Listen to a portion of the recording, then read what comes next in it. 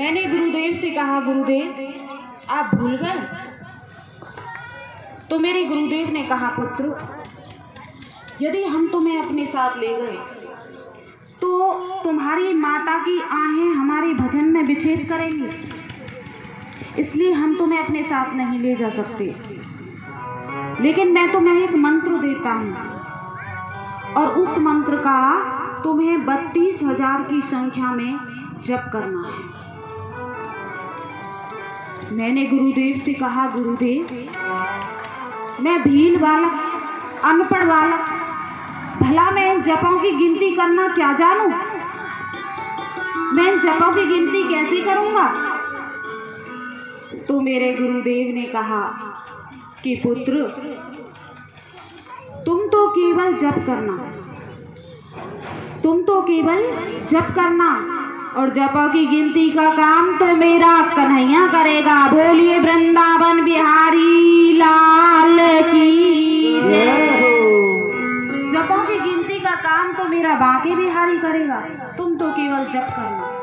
यह कहकर मेरे गुरुजी चले गए और दैव योग से मेरी माता की गौशाला में एक सर्प के खाने से मृत्यु हो गई। घर में जो भी कुछ था सब मैंने अपनी माता के क्रियाक्रम में लगा दिया और विभिन्न तीर्थ स्थानों में जाकर के भगवान का भजन करने लगा। और आज उसी सत्संग का फल है कि आज मैं ब्रह्मा जी का पुत्र बना। हे व्यास जी महाराज, आपकी चिंता का कारण मैं बताता हूँ। आपने जिन शास्त्रों की रचना की है वो वेदांत के गूढ़ रहस्यों से भरे हुए हैं और कलयुग के विलासी मनुष्य इन वेदांतों के रहस्यों को नहीं समझ पाएंगे। इसलिए आप किसी ऐसे शास्त्र की रचना कीजिए जिसमें समस्त शास्त्रों का निचोड़ हो, जिसमें समस्त शास्त्रों का रस हो और जिसमें भगवान की प्रेममयी लीलाओं का वर्णन हो।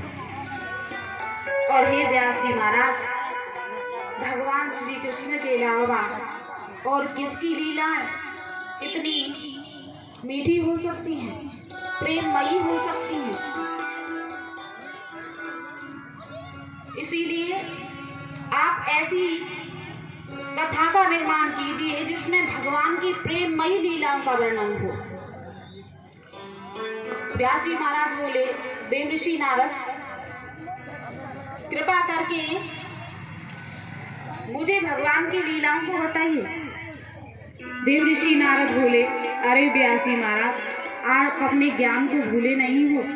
आप अपनी इंद्रियों को अंतर्मुख कीजिए और अपनी हृदय गुफा में भगवान की लीलाओं के दर्शन कीजिए। 19वें अवतार हैं भगवान के व्यास जी महाराज, ज्ञान के अवतार हैं व्यास जी महाराज। व्यास जी महाराज ने गणपति जी का आवाहन किया। गणपति जी कथा को लिखने के लिए आए और व्यास जी महाराज से बोले, कर लो नीचे हाथ, ऐसे ऐसे घुमा लो ना।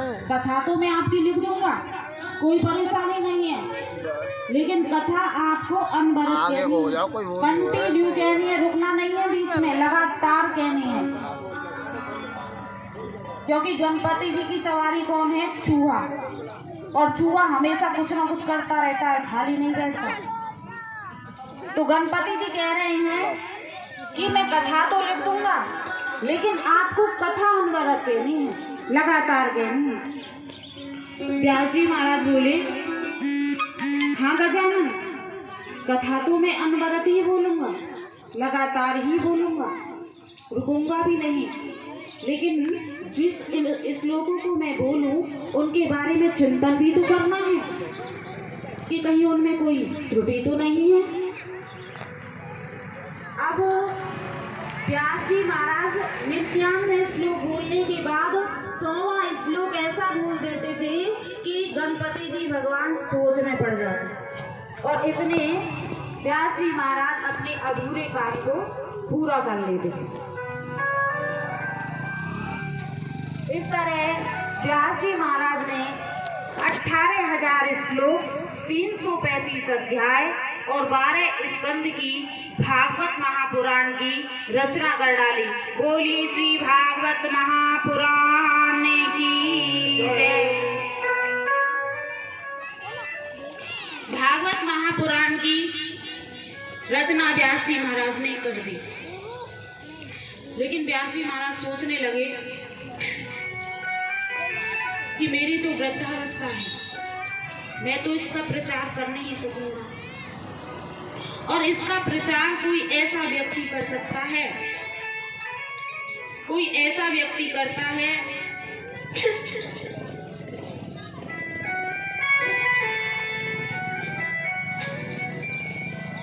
जो ना केवल तन से विरक्त हो, जो मन से भी विरक्त हो,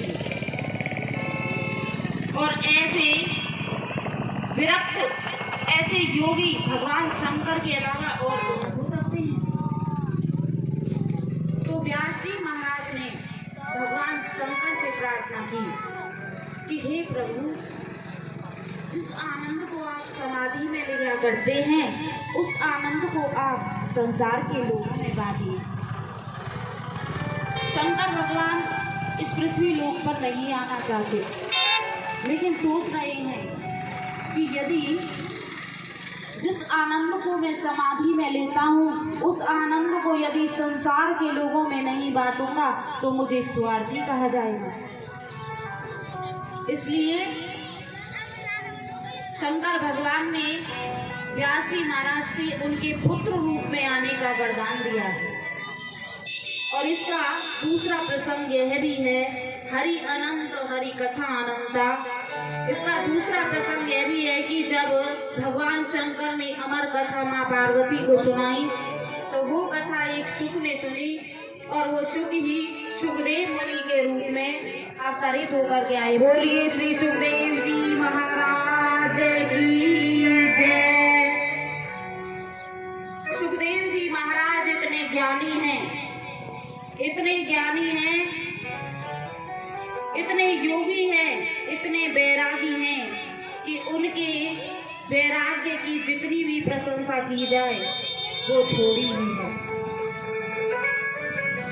और इस संसार में जीवन उसी का धन्य है जिसका मन परमात्मा के चरणों में लगा हुआ है।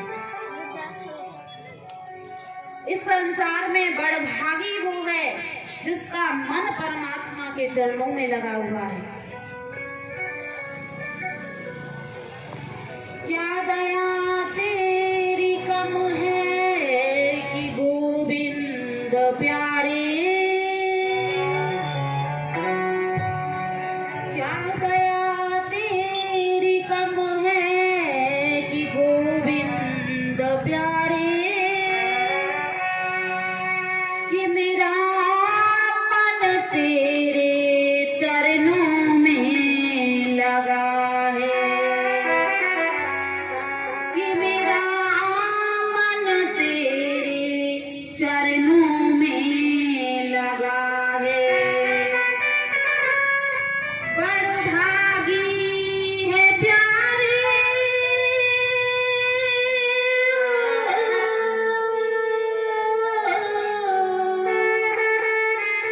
बड़भागी है प्यारे, तेरे वो तो बंदे कि दिल जिनका बस तुमसे लगा है।